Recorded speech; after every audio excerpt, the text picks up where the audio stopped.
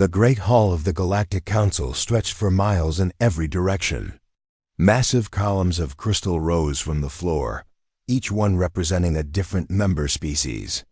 At the center sat the high table, where the most powerful races made decisions that affected billions of lives across the galaxy. Ambassador David walked slowly toward the human section, his footsteps echoing in the vast space.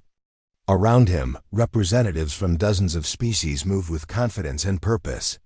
The tall, scaled Vek strode past him without acknowledgement, their yellow eyes showing nothing but contempt.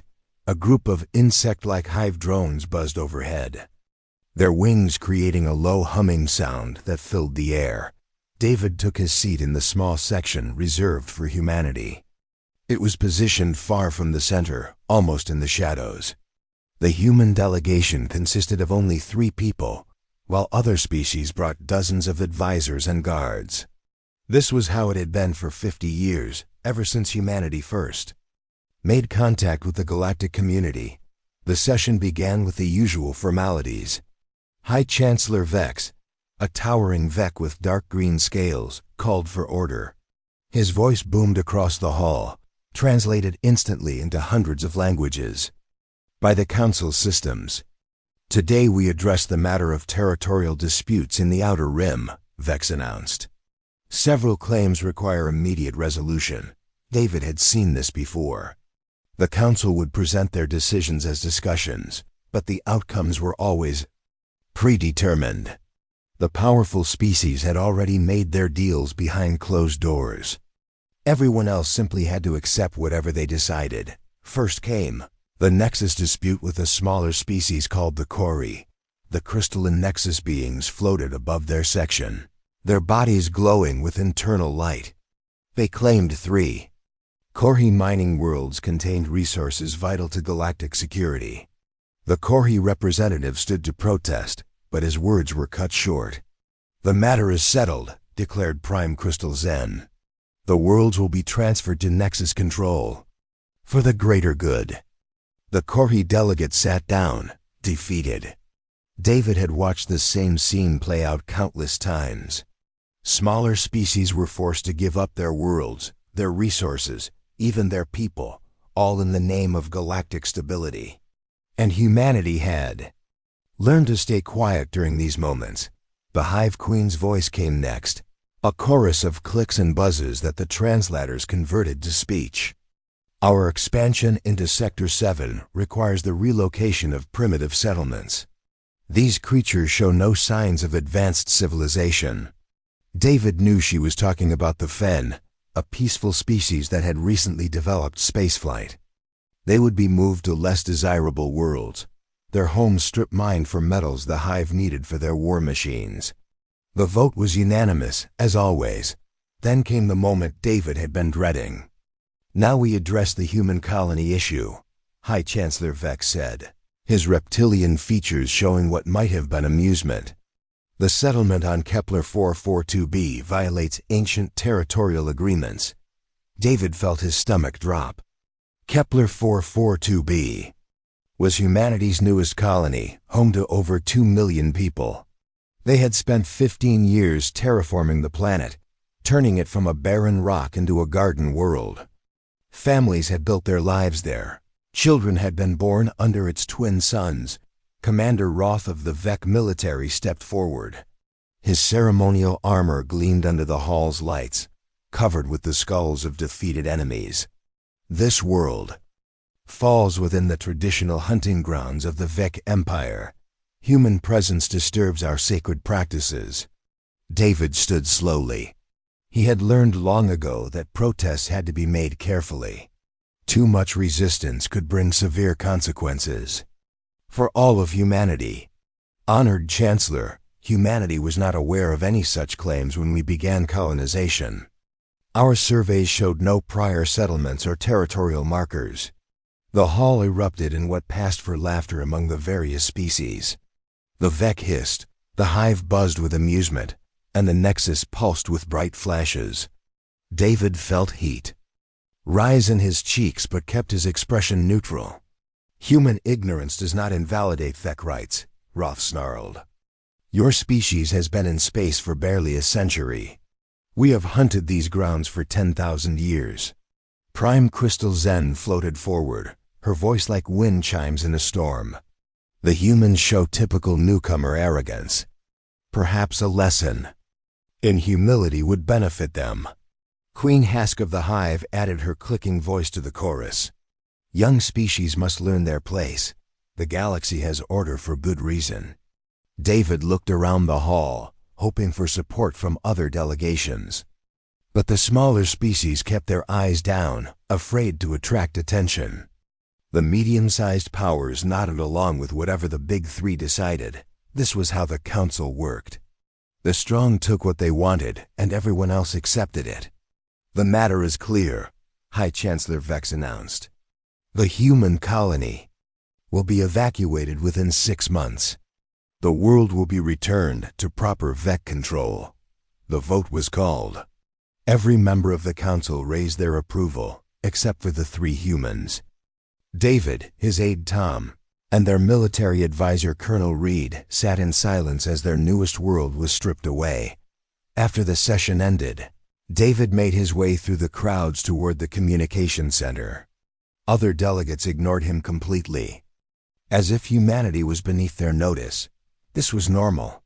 Humans were seen as weak, compliant, useful only for manual labor and basic manufacturing, in the privacy of the communication booth. David established a secure link to Earth. The transmission would take several minutes to reach home across the vast distances of space. While he waited for the connection, he thought about all the other times he had delivered bad news. Trade agreements that favored everyone except humanity. Resource rights taken away. Military restrictions that left human space almost defenseless. The screen flickered to life, showing the familiar face of Fleet Admiral Kane. The older man had gray hair and tired eyes, but there was something different about his expression today. Usually Kane listened to the council's demands with resigned acceptance. Today he looked almost eager. "Let me guess," Kane said before David could speak. "They want something else from us." David explained about Kepler 442b, about the Vika claims, and the council's decision. He expected Kane to ask about appeals processes or diplomatic alternatives. Instead, the Admiral was quiet for a long moment. "Admiral?" David prompted. "What are your orders?" Kane leaned forward, and David saw something he had never seen before in the man's eyes. It looked almost like satisfaction. "Tell them we decline." Kane said simply. David blinked in surprise. "Sir, I'm not sure I understand. Decline what exactly?" "All of it. The evacuation, the territorial claims, the whole thing. Tell them we're keeping our colony." Kane paused, then added something that sent chills down David's spine.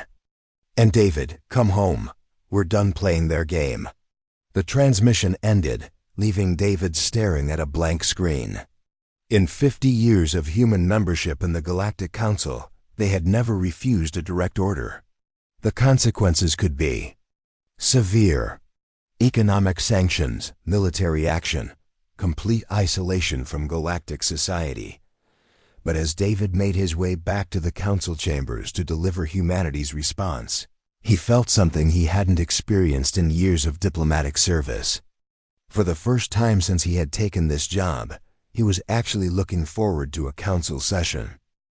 3 months had passed since humanity's shocking refusal at the Galactic Council.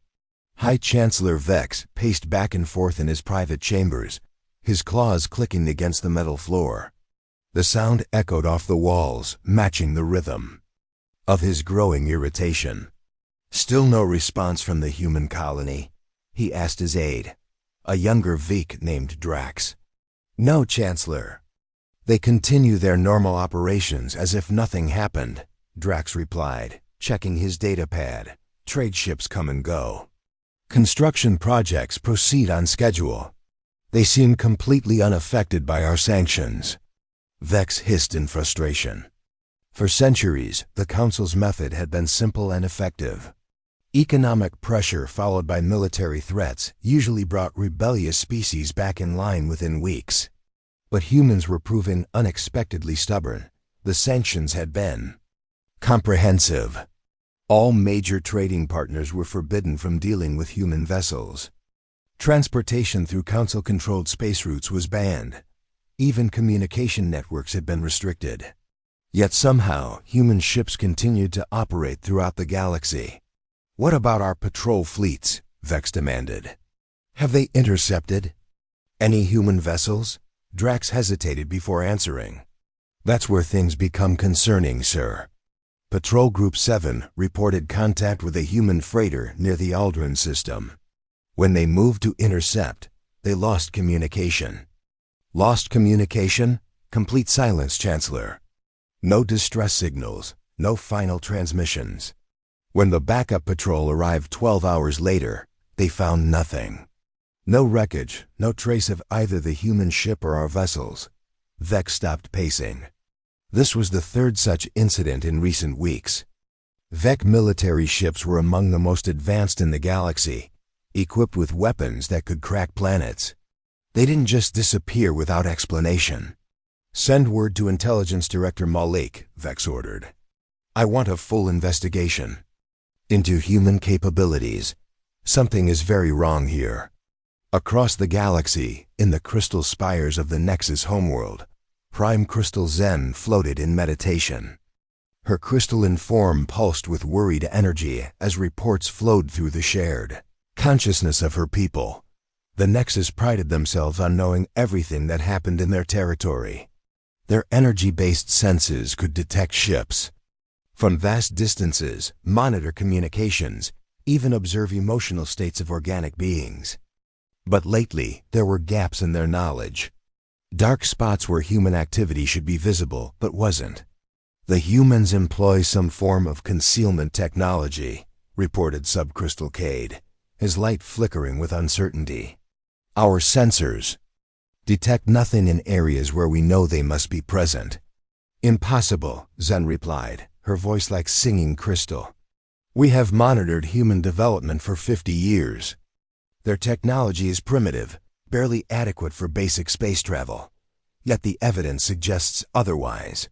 Human colonies report no shortage of supplies despite our trade restrictions. Ships arrive and depart on regular schedules.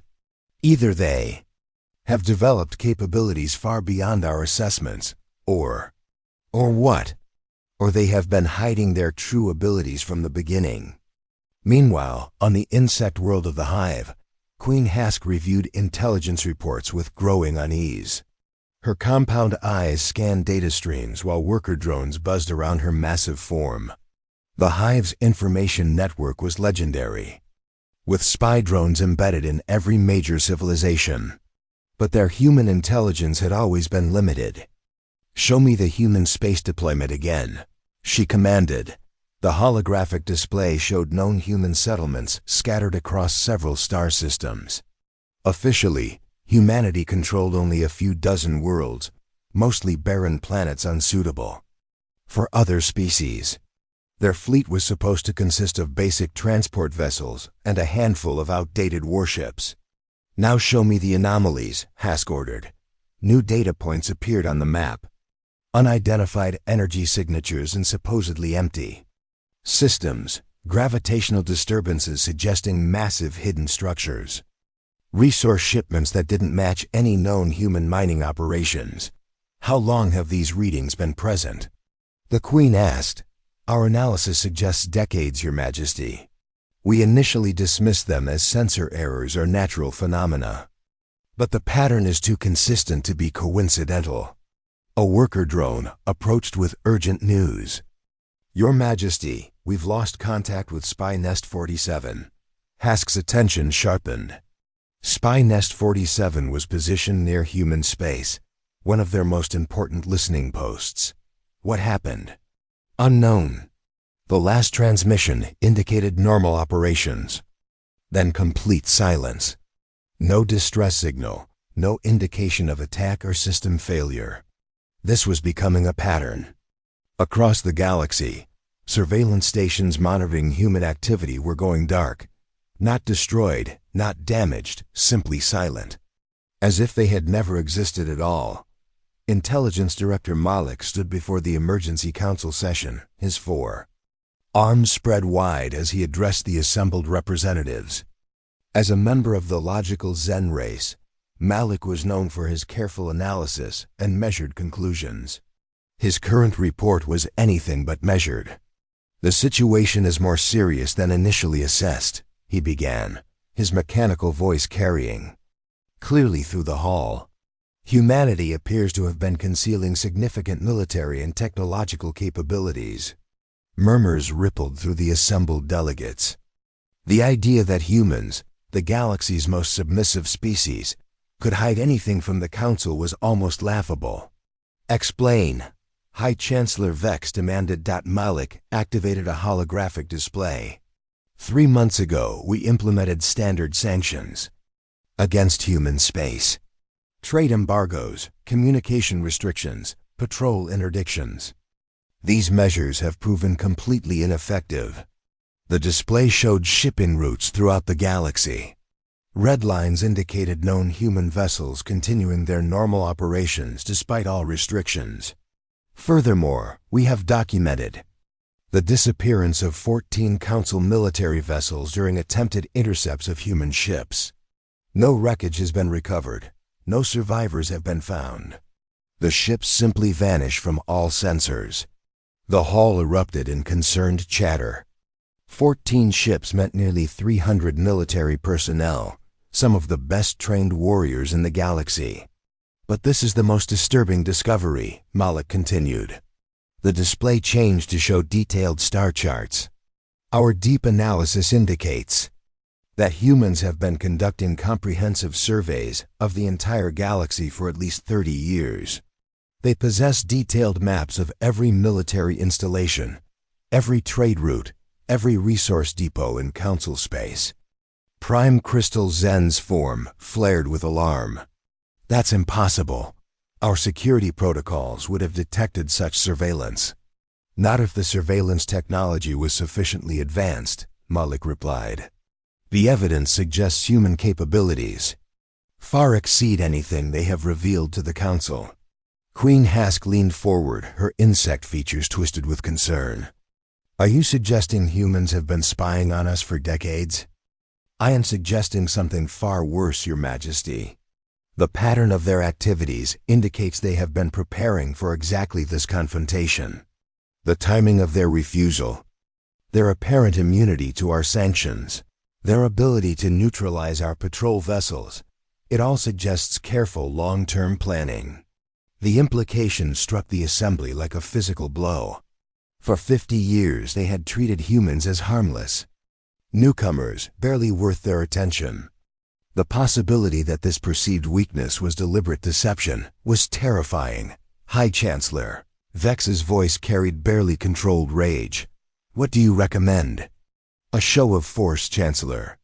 Something significant enough to remind humans of their place in the galactic order. I suggest we dispatch a fleet to establish a blockade around their home system. Nothing too aggressive, just a demonstration of Council authority." The other delegates murmured agreement. A blockade was a traditional next step, usually effective in bringing rebellious species to negotiate. "Very well," Vex decided. "Assemble a fleet.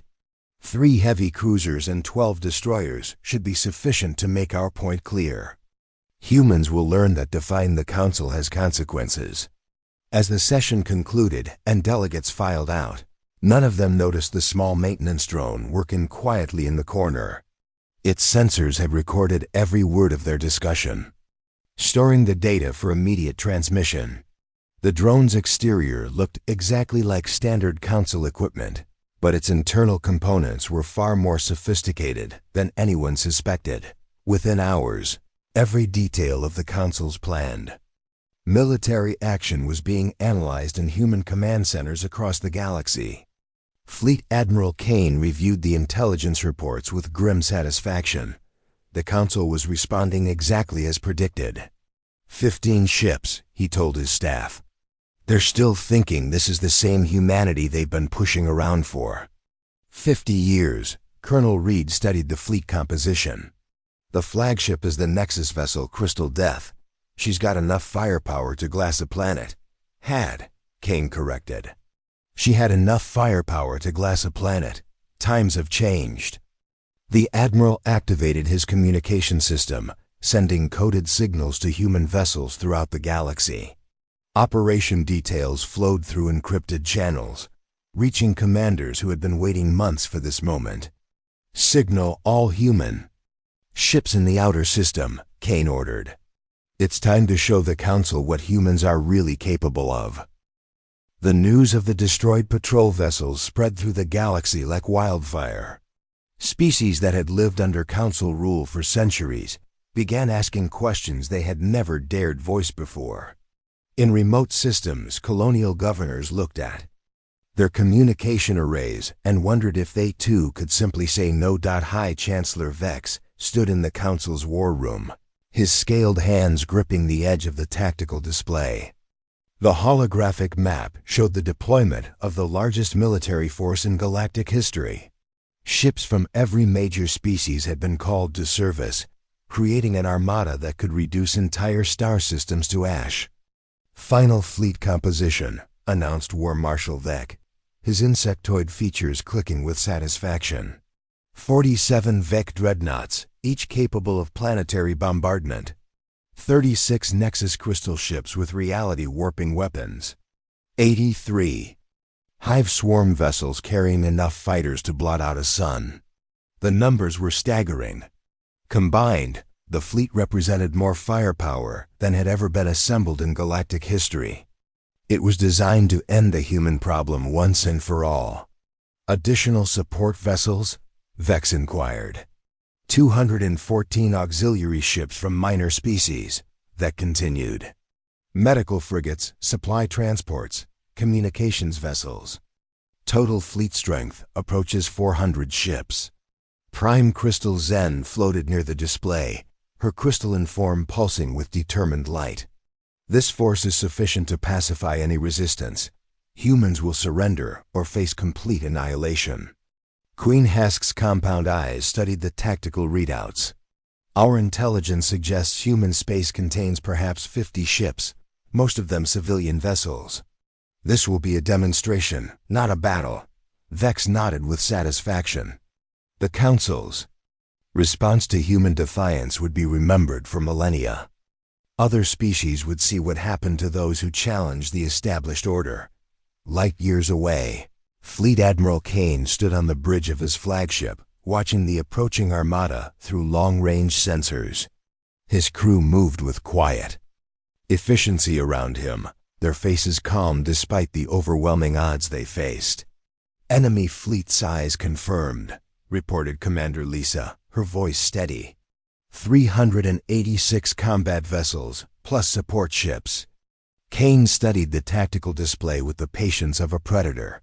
For 30 years, he had planned for this moment. Every human ship design, every weapon system, every strategic doctrine had been developed with this confrontation in mind. Signal status of our defensive fleet, he ordered. 12 vessels holding position around Earth, came the reply. Mostly destroyers and frigates, just as the Council expects to see.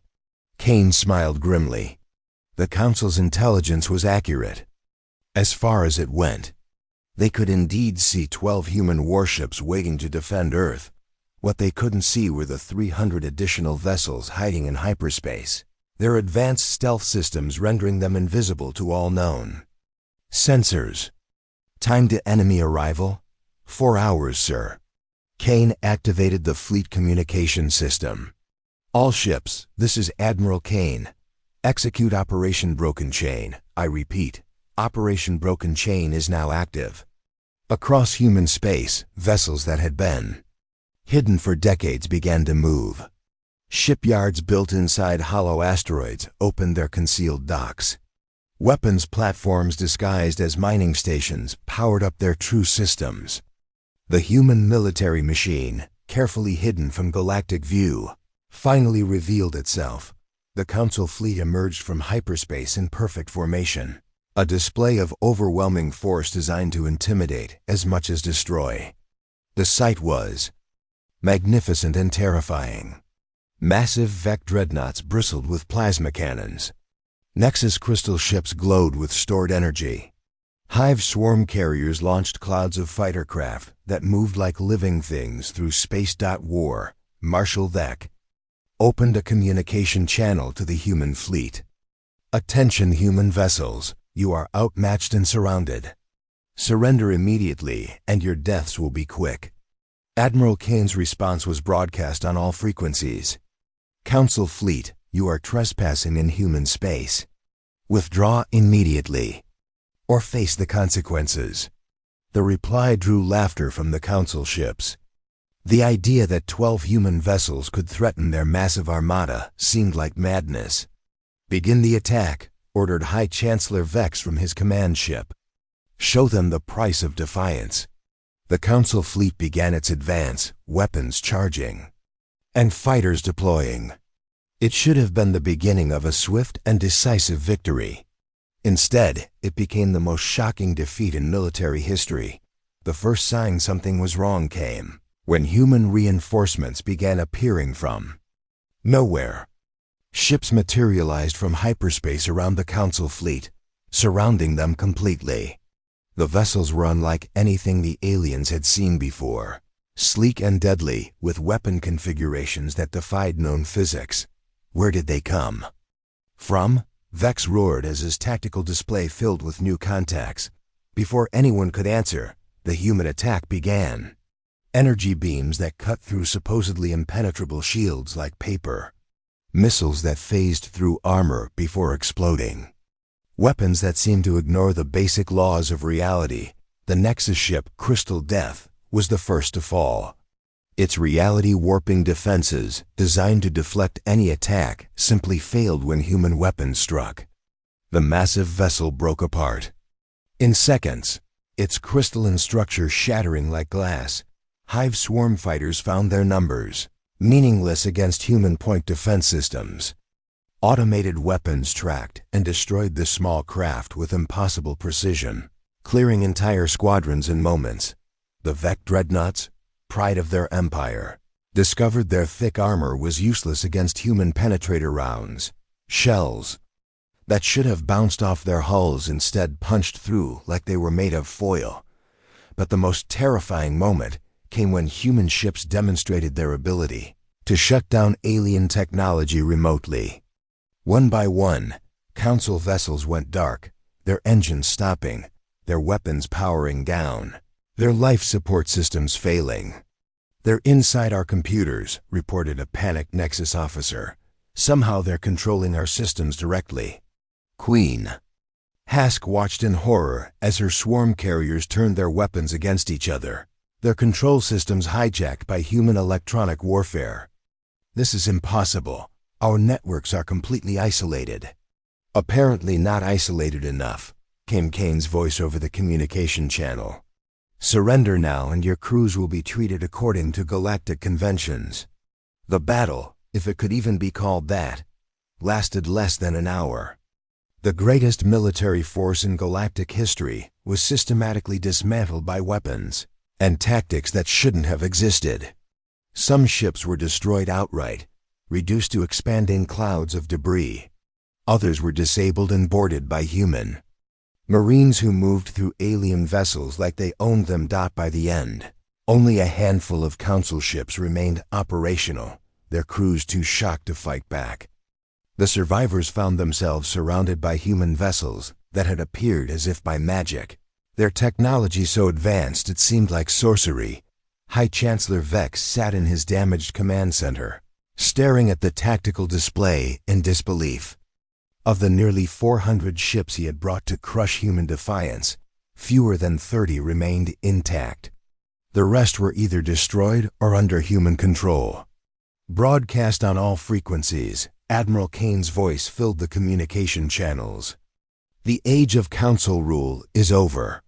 Any species that wishes to negotiate with humanity as equals is welcome to do so. Those who prefer the old ways will find us unaccommodating." The message was transmitted across the galaxy, reaching every world and every species under Council control. The greatest military defeat in known history was complete.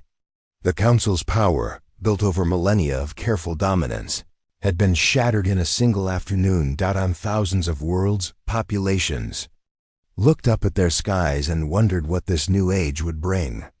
The galaxy had changed forever, and there was no going back. The aftermath of the Great Battle sent shockwaves across the galaxy. News of the Council's defeat spread faster than light itself, carried by traders, refugees, and survivors who had witnessed the impossible. On 1,000 worlds, species that had lived under Council rule for generations suddenly found themselves free. High Chancellor Vex limped through the ruins of his flagship's command center. Emergency lighting cast strange shadows on the damaged walls, and the air recycling systems wheezed with each breath. Around him, his surviving crew worked frantically to repair critical systems.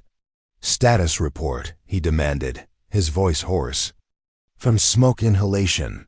40% of our fleet destroyed, 30% captured," reported his aide Drax, reading from a cracked datapad. "The remainder are scattered across 3 star systems, most with significant damage." Vex hissed in frustration. The pride of the Vec military, ships that had conquered dozens of worlds, reduced to fleeing wreckage in a single day. It was humiliation beyond anything his species had ever experienced. "What of our homeworld defenses?" he asked, still intact, Chancellor.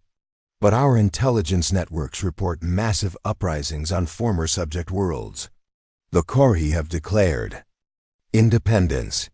The mining colonies in Sector 12 have expelled our governors. Even the tribute worlds are refusing to send their payments." The galaxy was coming apart at the seams. For millennia, the Council's power had rested on the belief that resistance was futile. Now that belief lay shattered among the wreckage of their fleet. On the Vec homeworld, War Marshal Kex paced before a gathering of the military high command. His scarred features showed the rage that burned in every Vec heart since the defeat. "We will not accept this humiliation," he snarled to the assembled officers. "The humans may have won one battle, but we are Vec. We do not surrender." General Rax, one of the most decorated warriors in Vec history, stepped forward. "What do you propose, Marshal? Our main fleet is destroyed. Our allies have abandoned us. Even our own colonies are in revolt." "We use what remains," Kex replied. "Every ship we have left, every weapon in our arsenal. We strike at human colonies with everything we possess. If we cannot rule, then we will ensure others understand the price of defying us." Within days, desperate Vec attack groups began launching raids on human settlements. They hit mining outposts, trading stations, and colonial worlds with the fury of a dying empire. Each attack was a message written in fire and blood. The Vec would never bow to human rule. The human response was swift and terrible. Admiral Kane stood in his command center, reviewing reports of the Vec attacks. Around him, holographic displays showed the locations of every remaining Vec military asset in the galaxy. The human intelligence network, hidden for decades, now operated in the open. "Casualties from the colonial raids?" he asked. "Minimal, sir," reported Colonel Reed. "Most attacks were against military targets. The Vec seem to be avoiding civilian populations. Probably hoping to goad us into overreacting," Kane mused. "They want us to look like conquerors instead of liberators." "Your orders, Admiral?" Kane studied the tactical displays for a long moment. The old human approach would have been to negotiate, to find a diplomatic solution that satisfied everyone. But those days were over. "Launch Operation Clean Sweep," he ordered. "Every Vec military installation, every weapons depot, every ship larger than a fighter. I want their ability to wage war eliminated within 72 hours. The human strike began at dawn across a dozen worlds. Stealth ships that had been positioned for weeks suddenly revealed themselves, striking at Vec bases with surgical precision. The attacks were devastating but carefully controlled, targeting only military assets while leaving civilian areas untouched. On the Vec homeworld, Marshal Kex watched in horror as his planetary defense network went dark. Human ships appeared. In orbit without warning, their weapons eliminating each defense platform in turn. Within hours, the mighty Vec military was reduced to scattered infantry units hiding in underground bunkers. How? Kex demanded of his intelligence chief. How did they find everything so quickly? They already knew, Marshal, came the shaken reply. Every base location, every weapon cache, every hidden facility. They've been watching us for decades. Meanwhile, the other former Council species were adapting to the new reality in different ways. On the crystalline homeworld of the Nexus, Prime Crystal Zen floated in deep meditation, her form flickering with uncertainty. The humans have offered us a choice, she told the gathered Crystal Council. Join their alliance as equals, or remain isolated in our own space. Subcrystal Cade pulsed with nervous energy. Can we trust them? Their technology is beyond our understanding. They could destroy us as easily as they defeated the Vec. Yet they have not, Zen pointed out. They could have eliminated us during the battle, but chose capture over destruction. Perhaps this offer of equality is genuine. The debate among the Nexus continued for days, their crystalline forms sharing thoughts at the speed of light. Finally, they reached a consensus that would have been unthinkable. Under Council rule, they would negotiate as equals with the humans. The Hive faced a different challenge.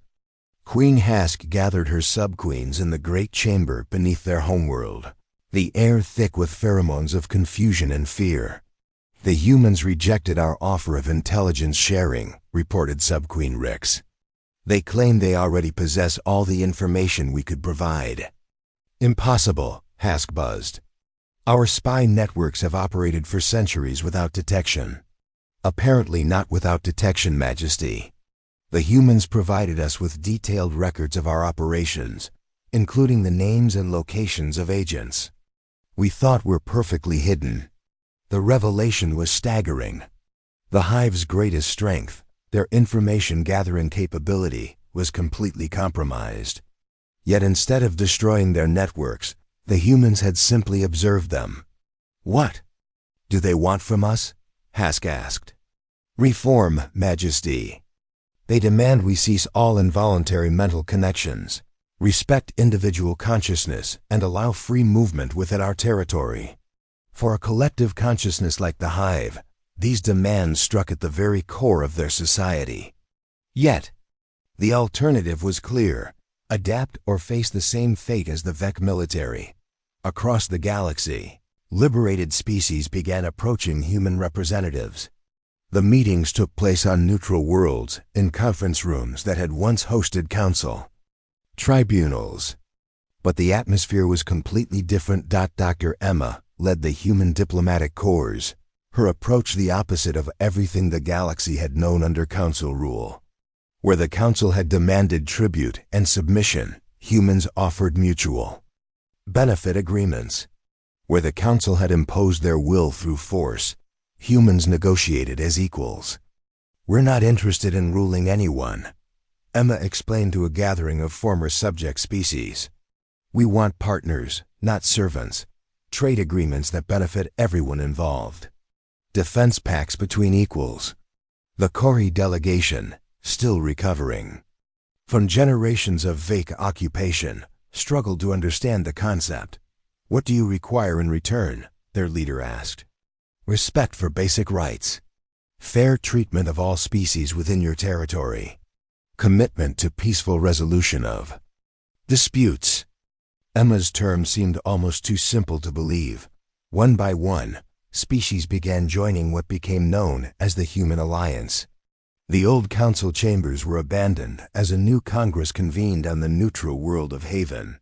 Representatives sat in circles instead of hierarchies, each species given equal voice regardless of their military power. But not everyone accepted the new order peacefully. When the Vec attempted to enslave a newly liberated species called the Dren, the human response demonstrated that their patience had limits. Admiral Kane received the report while reviewing construction plans for new shipyards. The VEC had landed. Troops on 3 Dren colonies, declaring them spoils of war and beginning immediate enslavement operations. "Sir," Colonel Reed waited for orders. Kane set down his datapad and activated the fleet communication system. "All ships in the VEC. Home system, you are authorized to use any force necessary to protect Dre civilians. Rules of engagement are weapons-free." The human ship struck the VEC homeworld with precision that bordered on supernatural. Every military installation was eliminated within 6 hours. Government buildings were surrounded by human Marines who delivered a simple ultimatum: reform your society or be replaced by someone who will. Faced with the complete destruction of their military and the occupation of their capital, the VEC leadership finally accepted reality. Marshal Kex, his authority broken, signed the documents that formally dissolved the VEC Empire and placed their worlds under human alliance.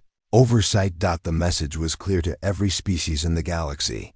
The humans were perfectly willing to coexist peacefully with anyone who extended the same courtesy. But those who preferred conquest and slavery would find that humanity had other options. 5 years had passed since the fall of the Galactic Council, and the galaxy was unrecognizable from the oppressive hierarchy that once ruled it. Ambassador David stood on the observation deck of Haven Station, watching ships from hundreds of different species move peacefully through the busy space lanes below. The station itself was a marvel of cooperative engineering. Nexus crystals provided the energy systems. Hive workers had constructed the intricate internal networks, and human technology kept everything running smoothly.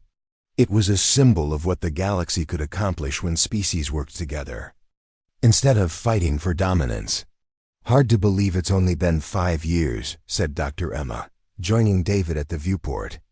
As the Alliance's first director of interspecies relations, she had helped negotiate treaties with over 300 different civilizations.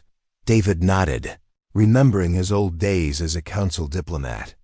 "Back then, I spent most of my time apologizing for humanity's existence. Now species compete for trade agreements with us." Below them, a massive Corhi mining vessel docked alongside a sleek Nexus transport. The Corhi had become some of humanity's strongest allies, their natural resource expertise perfectly complementing human manufacturing capabilities. What had once been a relationship of forced tribute was now genuine partnership. "Any word from the Outer Rim surveys?" David asked. Emma consulted her data pad. "Captain Rodriguez reports first contact with the Vel Empire went well. They're interested in joining the Alliance, but they want security guarantees against their neighbors, the Thek Confederacy. Standard procedure?" "Admiral Kane's already positioning a patrol fleet in their territory. Same deal we offer everyone. Protection in exchange for commitment to Alliance principles." The human alliance had grown beyond anyone's expectations. What started as a rebellion against Council tyranny had become the largest peaceful organization in galactic history. The key was simple. Instead of ruling through fear, humans led by example. In the Alliance Congress below, representatives from dozens of worlds debated trade regulations and resource allocation. The chamber buzzed with translated conversations in hundreds of languages. Unlike the old council chambers, where only the powerful species had voices, every member civilization received equal representation. Former High Chancellor Vex sat in the section reserved for reformed species, his once proud bearing reduced to quiet observation. The Vec had been granted conditional membership after completely restructuring their society. Their military culture had been replaced with focus on engineering and construction, their warrior instincts channeled into building instead of destroying. The motion to establish mining rights in the Kepler sector passes by majority vote, announced Director General David from the central podium. All species will share in the profits according to their contribution to the operation. It was exactly the kind of cooperative arrangement that would have been impossible under Council rule. Instead of one species claiming everything and forcing others to provide labor, the Alliance ensured everyone benefited from major projects. Prime Crystal. Zen floated in the Nexus section, her crystalline form pulsing with satisfaction. The Nexus had become the Alliance's primary energy suppliers, their unique abilities perfectly suited for powering the massive space stations and shipyards that now dotted the galaxy. The humans were right, she communicated to her fellow Nexus representatives. Cooperation produces far better results than domination. Subcrystal Cade flickered agreement. Our energy output has increased 300% since joining the Alliance. Having willing partners instead of forced servants makes all the difference. Queen Hask had undergone perhaps the greatest transformation of all. The Hive's collective consciousness had been restructured to respect individual rights while maintaining their natural cooperation.